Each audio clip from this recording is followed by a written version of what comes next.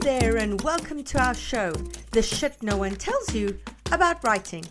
I'm Bianca Murray, and I'm joined by Carly Waters and Cece Lira from PS Literary Agency.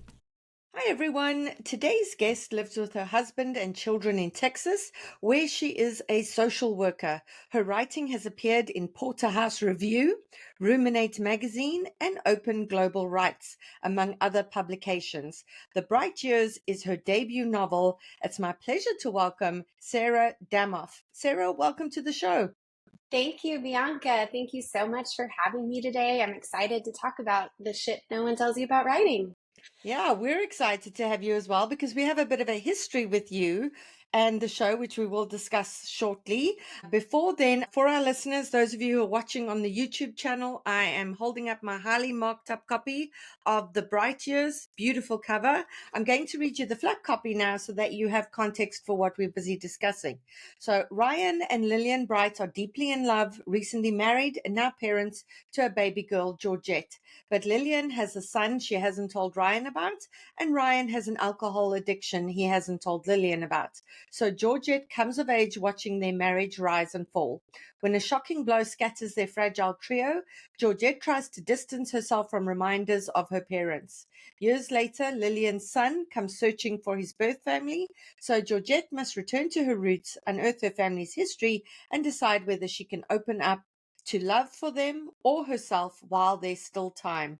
Told from three intimate points of view, The Bright Years is a tender, true-to-life novel that explores the impact of each generation in a family torn apart by tragedy, but over time restored by the power of grace and compassion.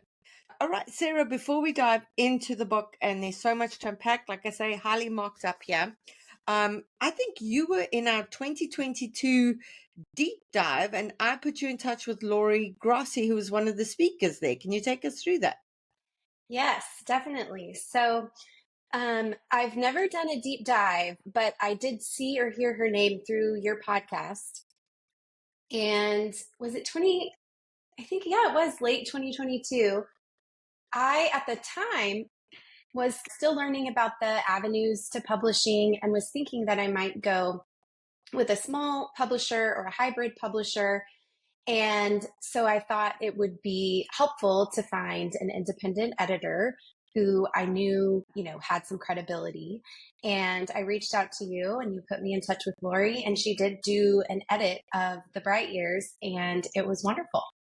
Just on that, I mean, Lori doesn't, for the rest of our listeners who are like, I need to contact Lori Grassi, she doesn't really take these kinds of cases. She works with publishers and editors at publishing houses, and they will outsource sort of publishing to her. So, when Sarah reached out, I was like, well, I can try and put you in touch with Lori, but she doesn't really do this kind of thing.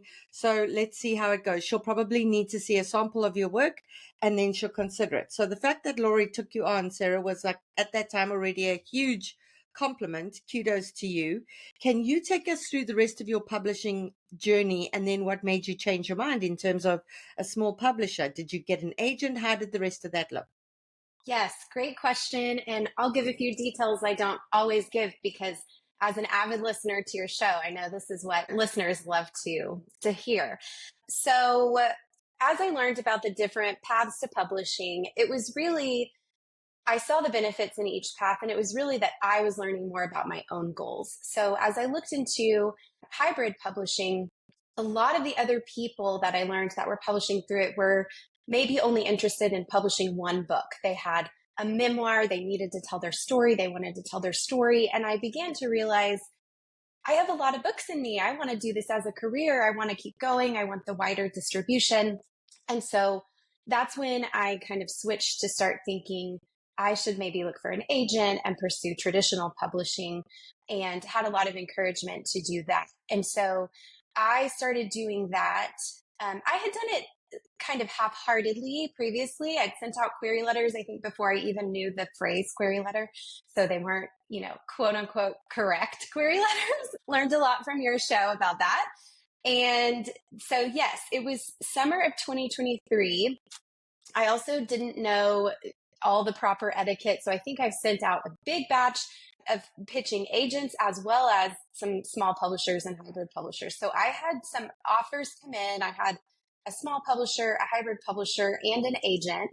This was all the summer of 2023 after I had done the edit with Laurie and been working on the draft. And that was an interesting time because those few offers that came in that summer, and particularly the agent, was very difficult because after we had our call, I had some yellow flags, and this was the only agent that was interested. And of course, we know it's difficult to get an offer of representation.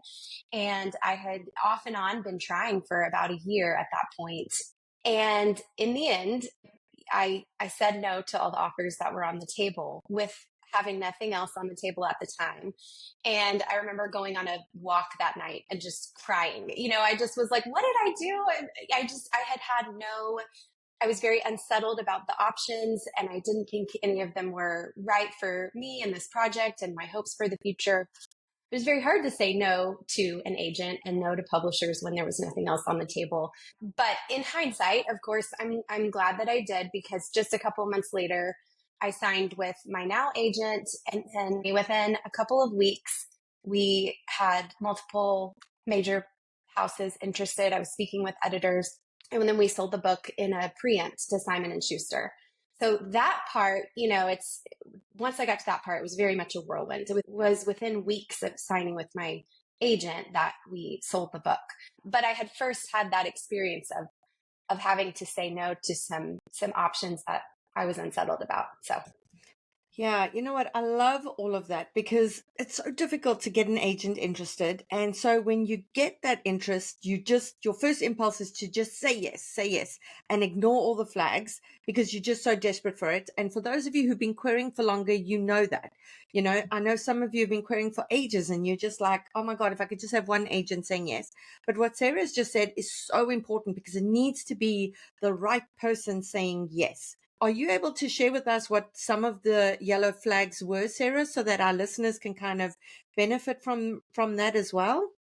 I can. I'll be a little vague because I don't necessarily on this Yeah. format want to expose, who the agent was, but I felt like the vision was actually just very broad. The editors mentioned it just felt extremely broad, and this agent's list was really broad. I felt like there was no specificity.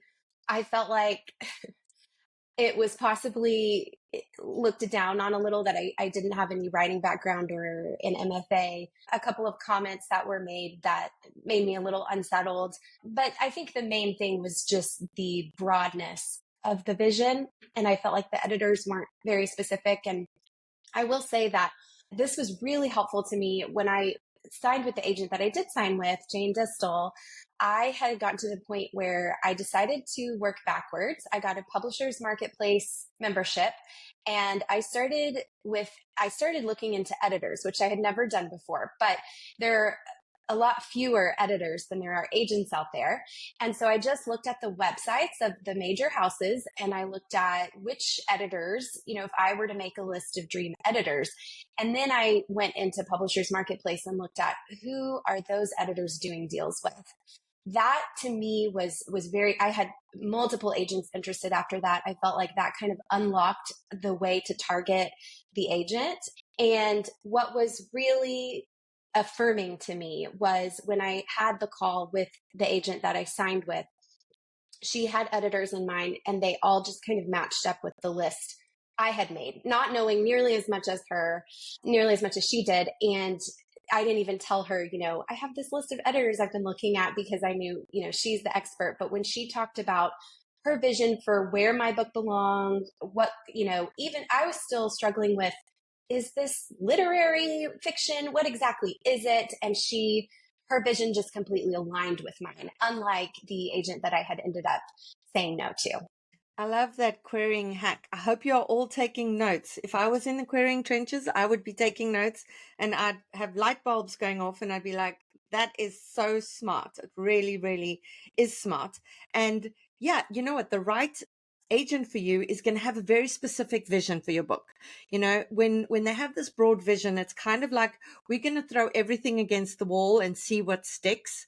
And that is not a good approach to going out on submission. You know, it should be, I know these editors are going to love this kind of book because this is in their wheelhouse. So yeah, I love that you listen to your guts, and for our listeners, do the same wherever possible.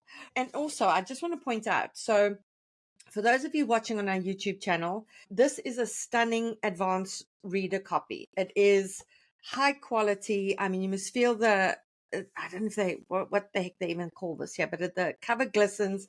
Inside, it's a ton of endorsements from booksellers. So you can see this is not just a Simon & Schuster title. It is a Simon & Schuster lead title, something that they are putting money behind because they really, really believe in it, which just shows that it ended up with the right editor at the right house.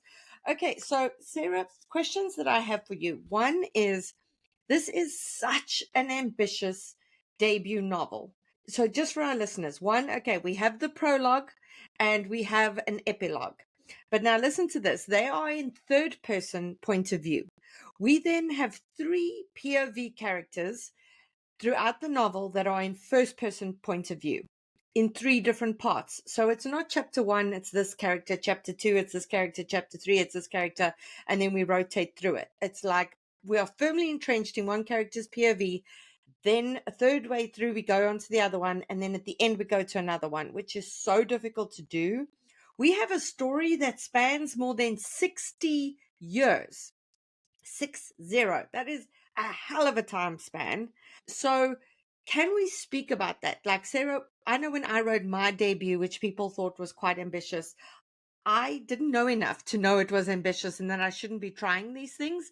When you were writing this, did you know it was hugely ambitious, or were you just like, yeah, this is kind of what I want to do? No, I didn't know it was ambitious at all. It just happened very organically. And I will say, I love that you brought up the prologue. That was added after I worked with Lori. So the book starts and ends with the character of Ryan Bright, and that's a flash into his childhood. And that had been there kind of in hindsight. And when she mentioned, maybe we should see that at the beginning, it was like, my experience with editors is about 90% of what they say, even if they don't know the solution, or, they just make a little suggestion, it'll resonate and it'll trigger a thought of, oh, I could do this to fix that problem. And so it was like, as soon as she said, maybe we should see him as a child more at the beginning, it was like, I saw the whole scene. I think I wrote it that day because I got so excited about the suggestion. And I remember thinking, well, I hope this works. The shit no one tells you about writing always tells us to be careful with prologues. So that's where that came from. And initially, the book was a novel in letters. And that was how the structure developed, the long period of time in each POV, because it was initially going to be a daughter, as she comes of age, is receiving a bunch of letters all at once that her mother had been writing over time. And so when I moved the draft from letters into first person present tense, I just kept that same structure that had happened through it having been in letters. So moving from letters to having this kind of structure, was that something that came with Laurie's suggestion, or had you already changed that before Laurie? Because I'm always fascinated by the evolution of a novel, because this is when you know that something has legs, is when it's been revised, but like not revised that, oh, I'm going to take this paragraph out, or I'm going to shove this in there, like a complete overhaul in terms of structure, etc. And then I love seeing that process of how it ends up being the way it was. So at what point did that happen for you? So that was not something through Lori. That was when I first was reaching out to agents. 2 or maybe 3 agents responded basically saying, I don't even consider epistolary novels. I don't look at these, are very hard to sell. And so by the time I heard that more than once, I was kind of like, well, maybe I should at least experiment. I wasn't super attached to that structure. And I knew as the creator that I would have to love it if I was going to, basically rewrite it differently. And I experimented with a couple of chapters and immediately was like, this is the letters had just been so reflective. And when you're in that first person present tense, you're experiencing it along with the characters. And I think that's more of what contemporary readers are looking for. And I could feel it becoming more compelling. And so I was excited then to kind of take on a rewrite. Yeah, the problem with epistolary novels is that, it can be so much telling because you are at a place in the future looking back and you are telling what happened, and so much time has passed. And so who you are now is different to who you were then when you were experiencing that. And so things don't feel immediate because you bring something from the future. So I think, that's why a lot of agents are not even prepared to look at them because they're just like, this is mostly going to be telling. And it's amazing that even negative feedback, right? Because I think at the time when you were getting those rejections, it was really upsetting to be told, I'm not even going to consider this. But at the time, it was, hard to take on, but you took that feedback and revised because of it. And the novel wouldn't be where it is today without that negative feedback early on, right? Absolutely. Yes. I'm so thankful to the agents. I know that many of them don't have time to do that, but those who read first pages or read possibly even more than that and gave the feedback that they did, because I was taking all of that and tweaking and seeing if it resonates with me. If this is something I've heard more than once, then let me see how I can improve the manuscript. I have a ton more questions for Sarah. Coming back to that prologue, I love that it was something that was added later and that an editor told you to do it. Again, people, we are not anti prologue, we are anti bad prologues, and this was an excellent prologue. So, was there a reason why you and Laurie said, okay, you are going to write Ryan in the third person in the prologue, whereas later on his POV is in the first person? What was the intentionality that was brought to that there? I actually don't know that Lori and I ever even discussed that. I just wrote it that way. And I think part of that was because in the prologue, Ryan is like 7 years old or something. And I felt like it would be stronger if the voice were a more mature narrator. And I do try to take you kind of into his experience, but I didn't want it to necessarily be a child's voice. And that's similar to the epilogue. I had originally written that in a child's voice and it wasn't working great. And so I think I already had changed that to third person. And so I don't know that I even thought much. I don't even remember making a conscious decision about which narrator to use for the prologue. But then it was afterwards I realized this is really nice how it bookends it with the third person. Yeah, no, that makes complete sense. In terms of, again, I want to explain to our readers how important intentionality is. So you could have, in some instances, like especially in the early chapters, you could have alternated Ryan and Lillian's POVs. You could have had Lillian speaking, then Ryan's chapter, then Lillian, then Ryan's. Obviously, Georgette's chapters, you couldn't have done that early on because she was only born later. But again, in terms of intentionality, why keep Ryan's POV entirely for the last third of the book for part 3, as opposed to interspersing in the beginning? What would that have changed about people's approach to the novel and their understanding of the characters that you didn't necessarily want? So Ryan is a character who's experiencing a long struggle with alcoholism. And there was something powerful about exploring that through his wife's POV and what it's like to love him through that. And there, especially early in the book, there are a lot of times as a reader, I think, where you're just, it's painful, you're frustrated. He's trying and he's failing. He's hurting his family even though he doesn't want to be doing that. And so we stay with Lillian for a long time to just get very deep and intimate with her into what is that experience like from her perspective. And as you said, Georgette is I mean, we meet Ryan and Lillian before she's even born, and then we see her kind of growing up. So by the time we enter her POV, she's a teenager, and that also felt natural.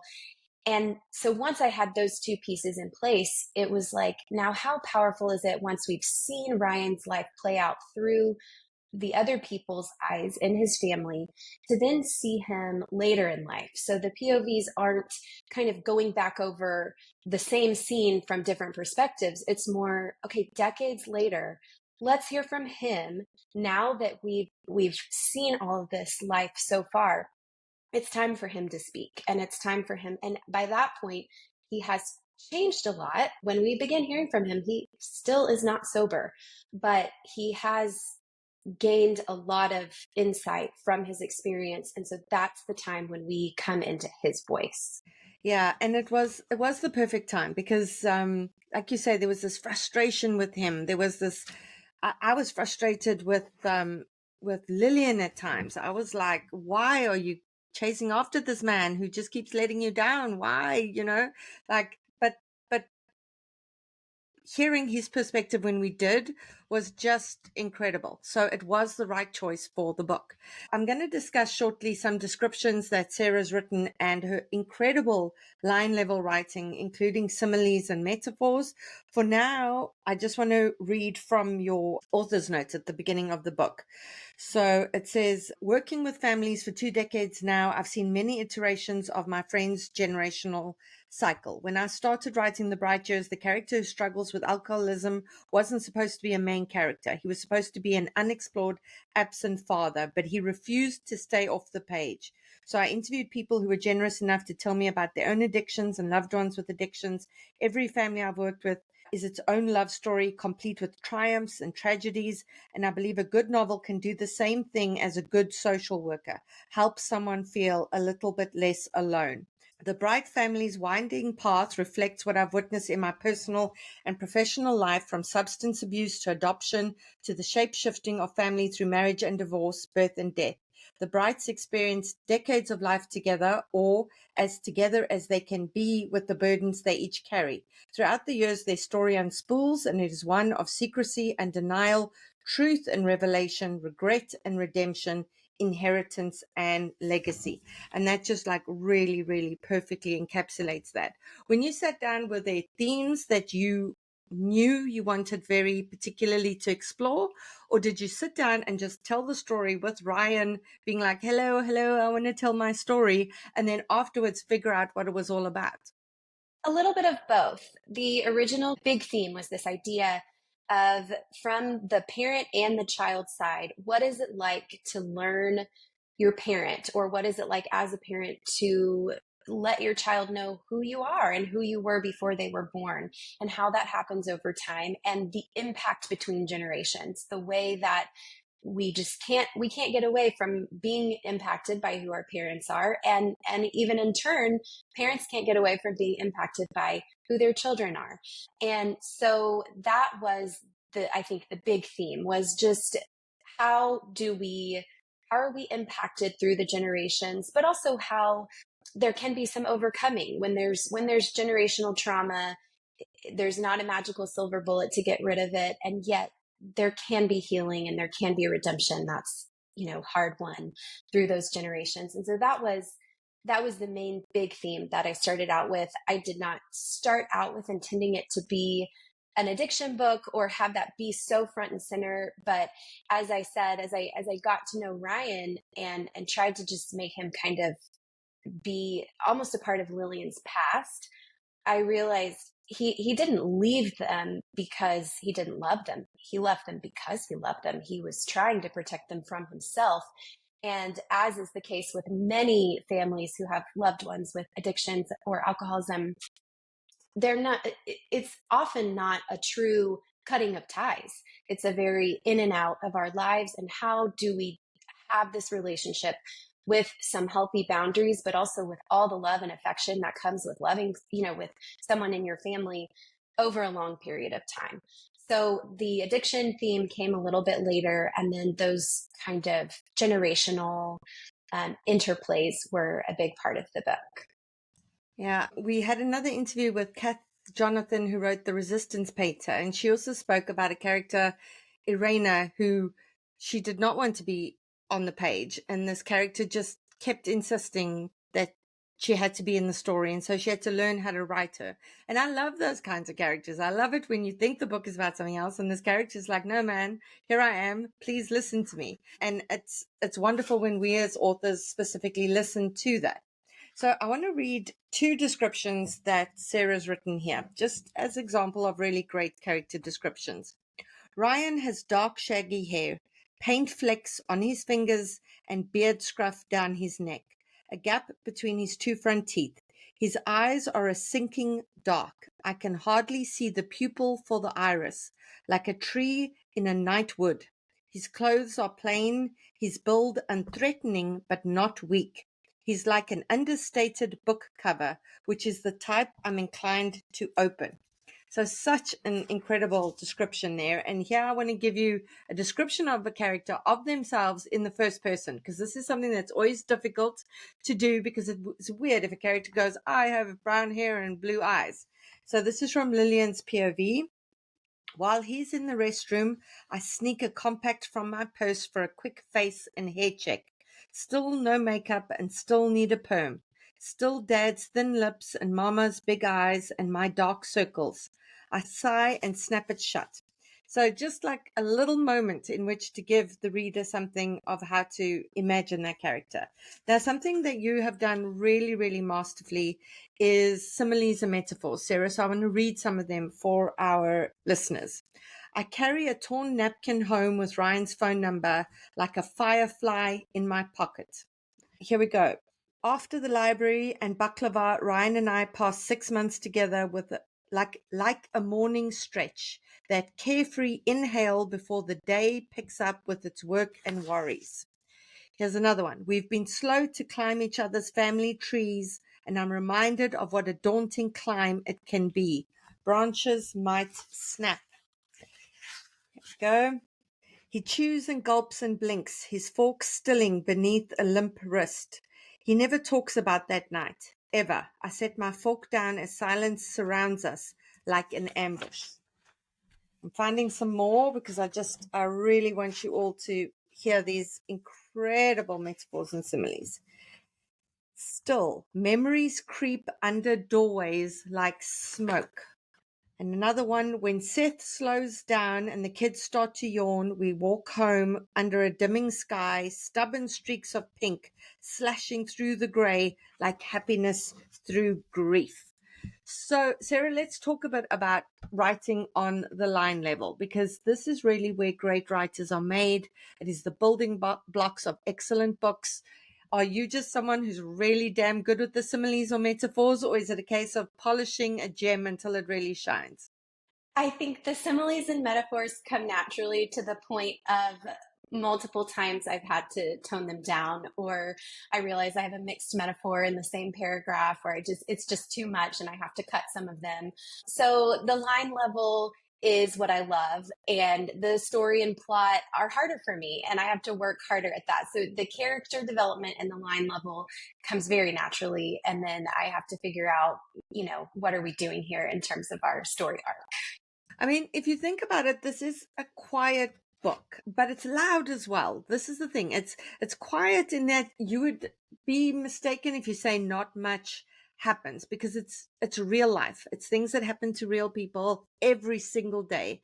And most of these things aren't even big enough for somebody to like write a memoir that is guaranteed to get published, right? A lot of people write these kinds of memoirs and publishers are like, we see this every day. This isn't a special story.